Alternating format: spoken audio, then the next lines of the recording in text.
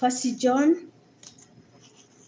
chapter 4 inasema, edokwa mutigethekagie maroho mothe, no rĩrĩ mũroragie maroho muonekana ni moimanĩte kwĩ Ngai. Tunatahadharishwa hapa na roho wa Mungu. Tunaambiwa msikubali kile unabii ambayo mtu anaachilia unabii. Nilikuwa natafakari hili neno, nikaona kwa sababu YouTuber wengi walibesi na uongo, na ndivyo maana unakuta YouTube wengi wako na mitume. Ili neno ndio likanikujia. Ni kwa sababu huwezi ukabesi YouTube yako na mauongo alafu mtume ati anakuja mahali pale.